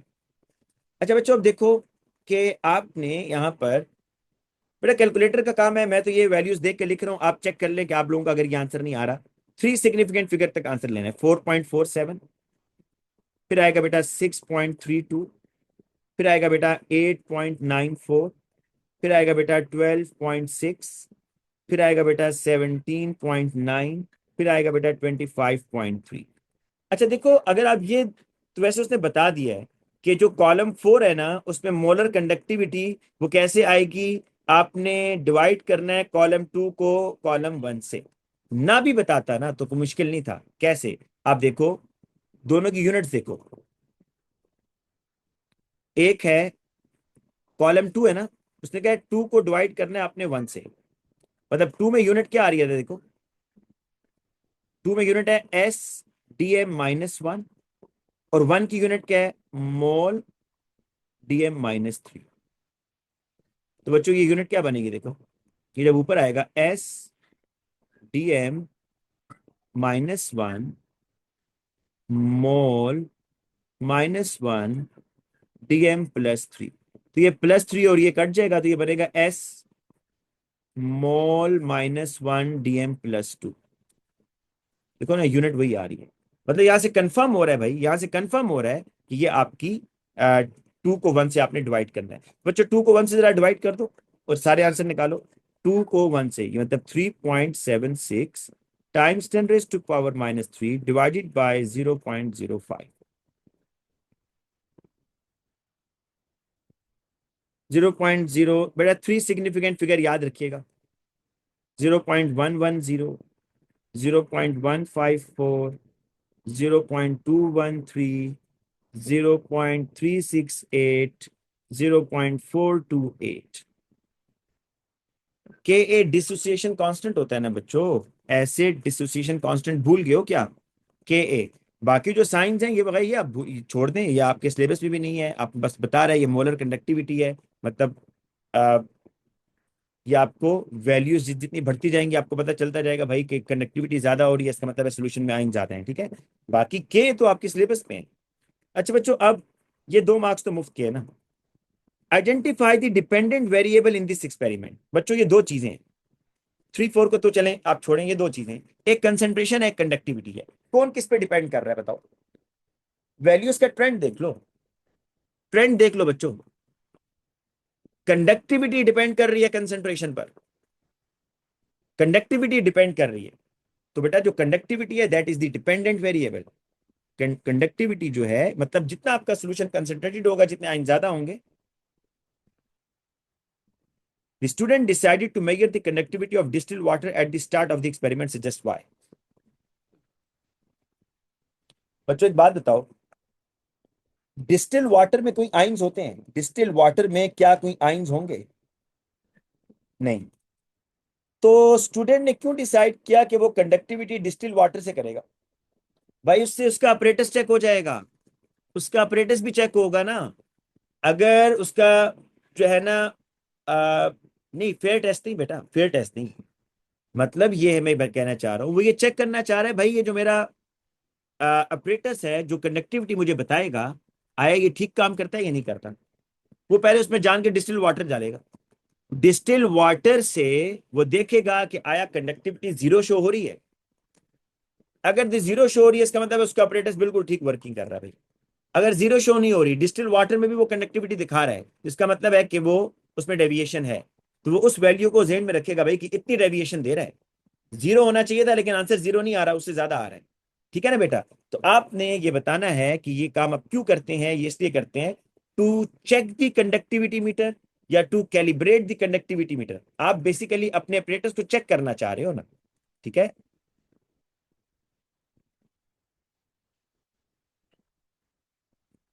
या इसको आप रेफरेंस के तौर पर लेना चाह रहे हो बेटा? तो टू, लेकिन ये वर्ड यूज कर लो जो आपके बेटा उसमें लिखा हुआ है मार्क्स स्कीम में, टू कैलिब्रेट दी कंडक्टिविटी। अच्छा देखो, इसको ऐसे भी कर सकते हो ना, आपने डिस्टिल वाटर डाला और वो आपका कंडक्टिविटी जो मीटर है वो कंडक्टिविटी शो कर रहा है। तो इसका मतलब है आप उस अपने ऑपरेटर्स को पहले कैलिब्रेट करो, सेट करो, उसको 0 पर लेकर आओ, तो उससे चेकिंग होगी ना आपके ऑपरेटर से पहले। भाई ये जो वर्डिंग है यही लिख लें तो बेहतर है, कंट्रोल वगैरह ना लिखे ना बेटा। आप लिखें कि आप अपने ऑपरेटर्स को कैलिब्रेट या चेक कर रहे हैं, चेक कर रहे हैं कि आया आपका ऑपरेटर्स ठीक काम कर रहा है या नहीं कर रहा। अगर नहीं कर रहा तो आप फिर उसको स्टैंडर्ड पर लेकर आएंगे, ठीक है ना, रेफरेंस पर लेकर आएंगे। State one variable that should be controlled. बेटा देखो ये बताओ कि ये जो कंडक्टिविटी होती है ये आइंस की मूवमेंट होती है। कंडक्टिविटी क्या होती है? आइंस की मूवमेंट। तो आपने कंसेंट्रेशन तो आप चेंज कर रहे हो लेकिन आपको टेम्परेचर चेंज नहीं करना भाई। बेटा कंसेंट्रेशन तो चेंज हो रही है ना, कंसेंट्रेशन चेंज करके तो आप सारा यहां पर देख रहे हो कि कंसेंट्रेशन चेंज करेंगे तो कंडक्टिविटी कितनी बढ़ रही है, ये तो है। इसके अलावा आपकी वेरिएबल बताओ ना बेटा। वॉल्यूम कौन कह रहा है? नहीं भाई, वॉल्यूम से क्या होगा मुझे ये बताओ, क्या ऐसा पॉसिबल नहीं है कि आप ज्यादा वॉल्यूम यूज करें कंसंट्रेशन सेम हो? तो बच्चों आपको टेम्परेचर ही रखना है, टेम्परेचर, कि टेम्परेचर के बढ़ने से आयंस की मूवमेंट आप बेसिकली टारगेट रखें, क्योंकि कंडक्टिविटी आयंस की मूवमेंट की वजह से हो रही है। ठीक है, तो आयंस की मूवमेंट बेटा। तो state one variable temperature. Temperature क्या करेगा? टेम्परेचर बढ़ाएंगे तो कंडक्टिविटी ज्यादा होगी, टेम्परेचर कम करेंगे तो कंडक्टिविटी कम होगी। पर जब कंसंट्रेशन चेंज करेंगे तो पीएच तो चेंज होगी ना बेटा। तो आप अगर ये चाह रहे हो कि कंसंट्रेशन ही चेंज ना हो तो फिर आप डिफरेंट कनेक्टिविटी कैसे चेक करोगे अगर आप कंसंट्रेशन को ही चेंज नहीं करना चाह रहे? तो कंसंट्रेशन तो आप चेंज कर ही रहे हो ना बच्चों, ये देखो कंसंट्रेशन चेंज हो रही है, कंडक्टिविटी चेंज हो रही है। कंसंट्रेशन के अलावा बताओ ना, तो पीएच का मतलब तो कंसंट्रेशन ही है।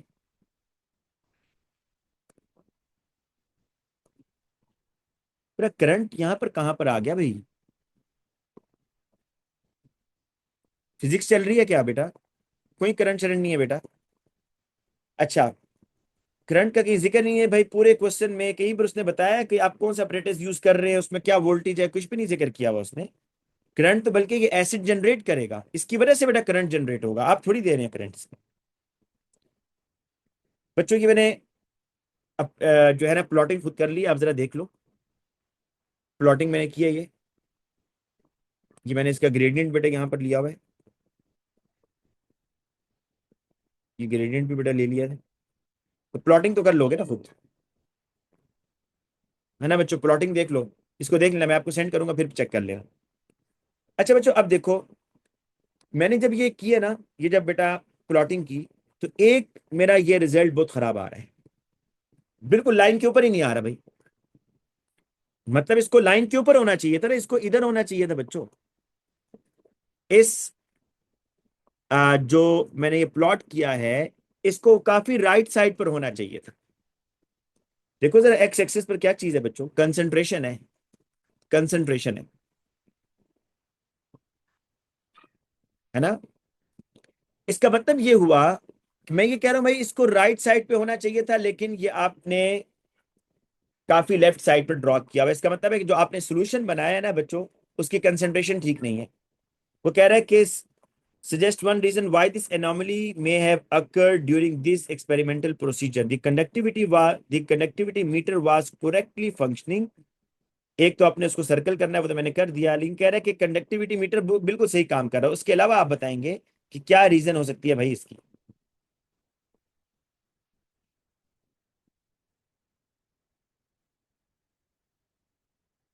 हाँ बच्चों, कौन सा पॉइंट है ये, सही चेक करें। 1 2 3 4 5, पांचवा पॉइंट है बेटा, पांचवा। ये वाला है बच्चों, 1 2 3 4 5, ये वाला है बेटा। तो हम यहां से भी चेक करते हैं, ये कंसंट्रेशन क्या हो रही है बच्चों? 0.0125, 0.00625, यहां पर एनॉमली आ रही है ना, पांचवा पॉइंट है। 0.0031 कम हो रही है ना कंसंट्रेशन। कंडक्टिविटी देखिए क्या हो रही है, 1.33 टाइम्स। अच्छा, पूरा सीक्वेंस चेक करते हैं। 3.76, फिर 2.74, फिर 1.92, फिर 1.33। हाँ बच्चों देखो, यहां पर जंप्स आप जरा ऐसे नोट करें, ऐसे आपको एक समझाने के लिए एक बात बता रहा हूं कि 3 से 2 पर आ रहा है, यहाँ 2 से 1 पर आ रहा है, और यहां से भी देखिए 1.92 से 1.33 में जा रहा है। जरा गैप देखें, और यहां पर गैप देखिएगा बच्चों, काफी कम नहीं है। ठीक है ना? यहां पर बेटा आपका जो एरर आ रहा है वो इधर आ रहा है ना, उसने पांचवा पॉइंट है। नहीं बेटा, उसने कहा है कंडक्टिविटी मीटर बिल्कुल सही काम कर रहा है। अभी कैसे कह सकते हैं कि कंडक्टिविटी मीटर जो उसने रीडिंग गलत शो किया? नहीं, वो कह रहा है कंडक्टिविटी मीटर बिल्कुल सही काम कर रहा है। तो ये तो बेटा बिल्कुल ठीक काम कर रहा है। मसला अब यहीं पर है बेटा, क्या हो सकता है फिर? जरा सोचो ना, सोचो बेटा, कि ये तो रीडिंग सही आ रही है, रीडिंग सही आ रही है, 1.15 यही आ रही है, लेकिन फिर दूसरी चीज क्या हो सकती है बच्चों? आपने एसिड का जो सॉल्यूशन है, मे बी वो गलत बनाया हो। क्या ये नहीं हो सकता भाई? नहीं, ये हो सकता है, ये नहीं हो सकता कि आपने जो एसिड का सॉल्यूशन है ना, ये डाइल्यूट हो रहा है बच्चों। ये कंसंट्रेट कहां से हो रहा है बच्चों? डाइल्यूट हो रहा है। आप जरा वैल्यूज तो देखो, 0.05, 0.025, 0.0125, 0.00625, और कंडक्टिविटी देखो ना, कम नहीं हो रही क्या? कंडक्टिविटी तो कम हो रही है, 1.33 से 1.15, तो कंडक्टिविटी कम हो रही है। तो आप सोल्यूशन को डाइल्यूट कर रहे हो, लेकिन आपने सोल्यूशन को सही डाइल्यूट नहीं किया होगा। एक ही पीछे ऑप्शन बचा है, बाकी तो कोई ऑप्शन नहीं है बेटा, कि आपने जो डाइल्यूशन की है ना एसिड की, वो सही नहीं की। ठीक है ना बेटा? तो ये थोड़ा मुश्किल होता है बेटा, ये क्वेश्चन जो है ना, थोड़ा सा ट्रिकी होता है कि आपको एग्जैक्ट पॉइंट तक पहुंचना है। लेकिन उसका तरीका ये होता है, आप यहां से प्लॉटिंग चेक कर लिया करो। 1 2 3 4 5, पांचवें में मसला आ रहा है, तो पांचवा जाके ऊपर टेबल में देखो कि पांचवें में क्या मसला आ रहा है। उसने कहा है कि कंडक्टिविटी मीटर बिल्कुल ठीक काम कर रहा है, मतलब इसी में मसला है। तो इसमें क्या हो रहा है बेटा, आप देख रहे हो इसमें डाइल्यूशन हो रही है, तो आप कहोगे कि जो एसिड है बेटा, उसको आपने सही तरीके से डाइल्यूट नहीं किया। ठीक है? एथेनोइक एसिड,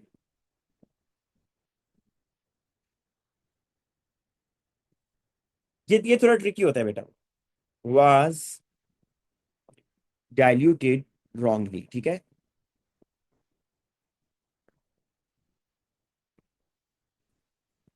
बेटा? देखो नेक्स्ट वो क्या कह रहा है, आपने ग्रेडियंट निकालना है, ग्रेडियंट। मैंने यहां पर ये बेटा एक ट्रायंगल सी बनाइए, अगर आपको नजर आ रही हो, ये देखें, ये ठीक है ना, उसको चेक कर लीजिएगा। ग्रेडियंट निकालना है बेटा, कि मैंने यहाँ पर इसके वो लिख दिए हैं। अच्छा, इस फॉर्मूले को जरा यूज करते हैं। The equation for the line of best fit is this, y is equal to mx plus C. बेटा y तो ये है ना, y एक्सिस पर ये आपने लिया हुआ है ना, मोलर कंडक्टिविटी ली हुई है, देखो। x एक्सिस पर बेटा क्या लिया हुआ है आपने, पता है? x एक्सिस पर ये लिया हुआ है बच्चों आपने, ये चेक करना जरा, ये लिया हुआ बेटा या नहीं लिया हुआ? 1 over under root ethanoic acid की कंसेंट्रेशन। m बेटा ये है भाई आपका, दिस इज m बच्चों, ये m है। ग्रेडियंट ये है भाई, ठीक है।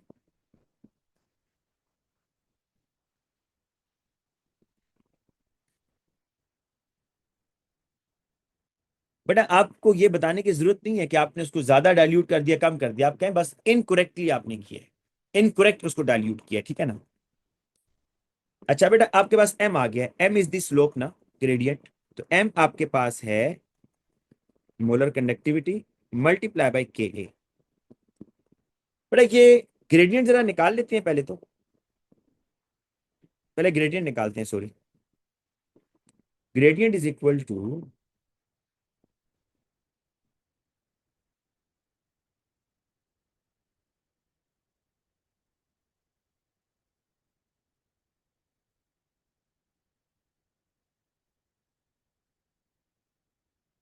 0.4 माइनस 0.0850 और 23.5 माइनस 5.00, ये आपके पास आ रहा है 0.0170। ये ग्रेडियंट आ रहा है, ठीक है। Rise over run, rise over run करना है ना, y2 minus y1 divide by x2 minus x1।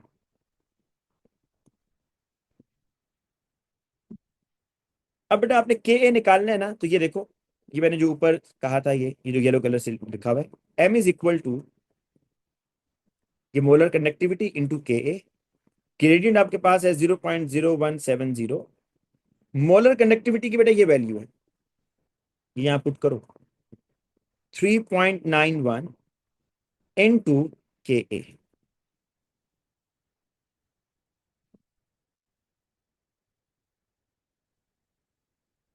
इसको बेटा निकाल लो।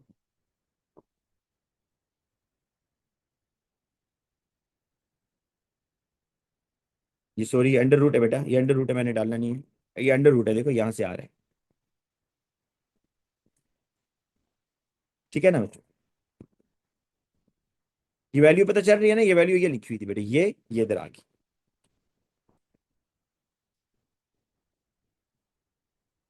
और ये फॉर्मूला ये है बेटा। अब बस के ए निकालने हैं आपने, 0.0170 डिवाइड बाई 3.91, और बेटा इसका अंडर रूट लेकर के ए निकाल लो।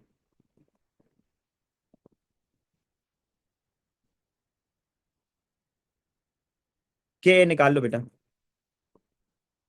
0.066। कोई और बच्चा ने भी निकाले बेटा, एक बच्चा कह रहा है 0.066, कोई और बच्चा भी निकाल ले बेटा, शाबाश। 0.066।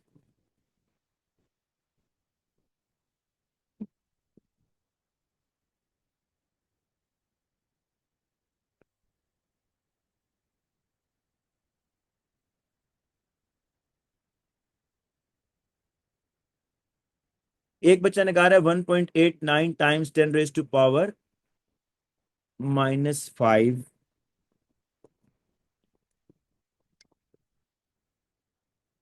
ये 0.66 कैसे आ रहा है बच्चों, ये 0.66 पे कैसे निकाल रहे हैं आप लोग?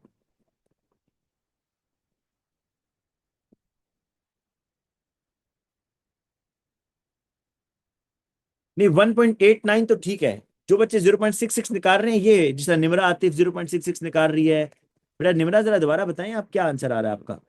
अक्सर बच्चों का तो 1.89 टाइम्स 10 रेज़ टू -5 है, जो कि ठीक है।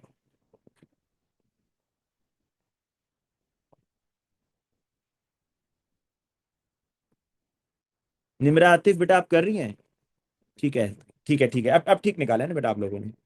तो 1.89 टाइम्स 10 रेज़ टू पावर -5।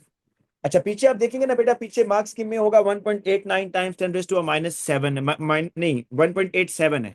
तो जाहिर बात है ग्रेडियंट निकाला है हमने बेटा, मैंने इसके ऊपर फाइंड आउट किया है, लेकिन आप इसको मजीद एक्यूरेट कर सकते हैं। पीछे जो आंसर आ रहा है वो आ रहा है 1.87, हमारा है 1.89, ठीक है। और यूनिट इसकी क्या है, मोल पर क्यूबिक डेसीमीटर। अच्छा बच्चों, अब आ जाओ नेक्स्ट पार्ट पर। The student repeats the experiment with the propanoic acid. The numerical value of Ka of propanoic acid is experimentally determined is this. Theoretical value ये है, the student repeats the experiment with propanoic acid. The numerical value of Ka of propanoic acid is experimentally determined. अच्छा, अभी जिस तरह हमने बेटा experimentally determine किया है ना बेटा, इसकी रेंज होती है लेकिन उसने मार्क्स के में मेंशन नहीं की हुई बेटा। अभी बेटा जिस तरह हमने एक्सपेरिमेंटली डिटरमिन किया ना एथेनोइक की, वो कह रहा है कि एक और एक्सपेरिमेंट में प्रोपानोइक एसिड की ये आ रही है एक्सपेरिमेंटल, लेकिन आनी ये चाहिए थी थ्योरेटिकल। ये है, comment on the validity of the experimental result, assume the maximum total percentage error from the measurement made is 6.5%। बेटा उसका क्वेश्चन सुनो, वो ये कह रहा है कि प्रोपानोइक एसिड की जो के वैल्यू है एक्सपेरिमेंटली वो 1.28 टाइम्स 10⁻⁵ आ रही है। थ्योरेटिकल वैल्यू जो आनी चाहिए थी आइडियल कंडीशन में 1.34 टाइम्स 10⁻⁵। आप इसके रिजल्ट की वैलिडिटी के ऊपर कमेंट करें, ठीक है। और मैक्सिमम जो टोटल परसेंटेज एरर है मेजरमेंट में वो 6.5% है।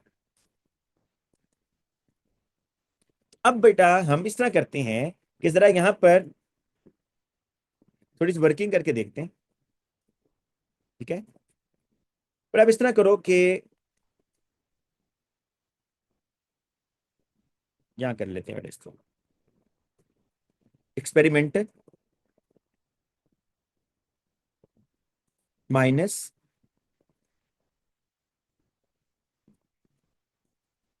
थ्योरेटिकल कर लेते हैं, theoretical value minus experimental value divided by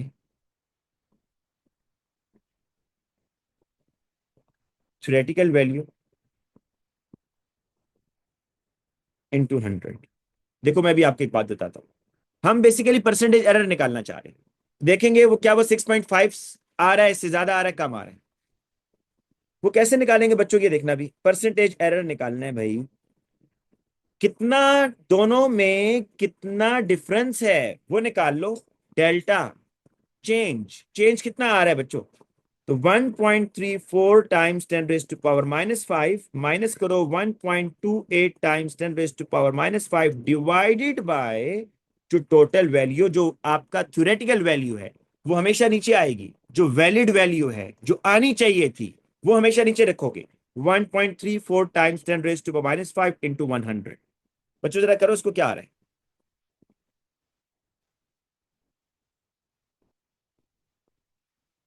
कितना आ रहा है बच्चों, 4.47।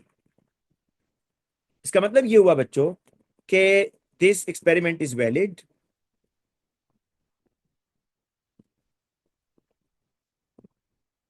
as percentage error is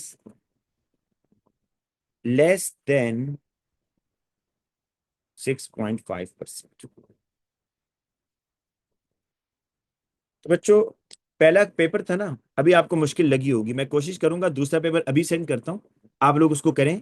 और ये आहिस्ता आहिस्ता आपकी ग्रिप होगी, क्योंकि ये जो मेरे पास पेपर वाले बच्चे हैं ना, इनका तो आज पहली क्लास थी ये, और मेरे माइंड में ये चीज बाज दफा स्किप हो रही थी कि ये फर्स्ट क्लास है, मैं समझ रहा था कि पहले हमने कर लिया है, मैं भी थोड़ा तेज में गया हूँ फिर इसलिए। लेकिन अब आप जब रेगुलर 2-3 पेपर साथ करेंगे ना, आप देखेंगे यही चीज रिपीट होगी। कौन कौन सी आपको बताता हूँ, कौन कौन सी चीजें रिपीट होंगी। एक तो बच्चों आपने इस क्वेश्चन को दोबारा करना है, आपको मैं बताता हूँ के हाँ, ये परसेंटेज एरर वाली बात, कि जो अनसर्टेनिटी होती है उसको आपने डिवाइडेड बाय 2 करना है, तो आपके पास अनसर्टेनिटी आ, जो लीस्ट काउंट है, सॉरी लीस्ट काउंट को डिवाइड बाय 2 करना है, आपके पास अनसर्टेनिटी आ जाएगी, ठीक है। ये बात। दूसरा बेटा, आपको आपको हाँ, ये सॉल्यूशन बनाने का तरीका हमेशा इस तरह का नहीं देता, अक्सर वो C1V1 वाला देता है, जो आप कह रहे थे ना डाइल्यूशन, अक्सर वो वाला देता है बेटा, जिसमें आपको डाइल्यूट करना होगा, ठीक है बेटा। तो वो आपको देता है ये सॉल्यूशन बनाने का तरीका, ये पक्का क्वेश्चन है, ये वो बता रहा हूँ जो पक्के क्वेश्चन है। एक ये सॉल्यूशन बनाने वाला पक्का क्वेश्चन है, एक बेटा ये जो परसेंटेज एरर वाला मैंने आपको ब्यूरेट की एग्जांपल दी, ये पक्का क्वेश्चन है। इस तरह के बेटा टेबल वाले हर हर दफा आते हैं, और उसमें वो ये चीज नोट कर रहा होता है कि बच्चा थ्री सिग्निफिकेंट फिगर जो है वो चेक कर रहा है नहीं कर रहा। ये ग्राफ पक्का क्वेश्चन है बेटा। ये तो देखें, अगर आप फिजिक्स में बेटा ये आप लोग पढ़ते हैं y is equal to m x plus c, gradient वगैरह निकालना आता है या नहीं आता बताएं? ग्रेडियंट, हाँ तो वही आपने रूल यहाँ पर लगाने हैं सारे। दूसरा क्वेश्चन ज्यादा आसान होगा, उसमें केमिस्ट्री कम होगी बेटा। दूसरे क्वेश्चन में केमिस्ट्री कम होगी, पहले क्वेश्चन में केमिस्ट्री ज्यादा है। निमरा बेटा बाज पेपर मुश्किल होते हैं, बाज आसान होते हैं, लेकिन बस ये है कि आपने सारे ही करने हैं, ठीक है। एक 2014 का पेपर है, उसका मैं आपको अगर थ्रेशोल्ड बताऊं तो वो 14 है, 30 में से 14 नंबर, तो बेटा ये भी है। तो ठीक है बेटा, आज के लिए हम इतना ही रखते हैं बस। बाकी इंशाल्लाह मैं भी कल का पेपर आपको भी सेंड कर रहा हूँ, ठीक है, कल के पेपर अभी सेंड करता हूँ बच्चों। फिलहाल इस वीक में पेपर 4 अपने एंड पे खुद करते रहो ना, एक एक पेपर 4 तो कर लो भाई, फिर मैं आगे फिर स्टार्ट करवा दूंगा। लेकिन मैं चाह रहा हूँ इस वीक में पेपर 5 कराऊं, अगले वीक से हम दोबारा पेपर 4 पर आ जाएंगे, ठीक है ना। लेकिन इस वीक बेटा आप हर रोज, चले मैं इस तरह करूंगा, अगर आप लोग इस मामले में सुस्ती कर रहे हैं तो मैं खुद आप लोगों को हर रोज एक पेपर 4 सेंड करता हूँ, ठीक है। इस तरह कर लेते हैं, ठीक है बच्चों। अल्लाह हाफिज।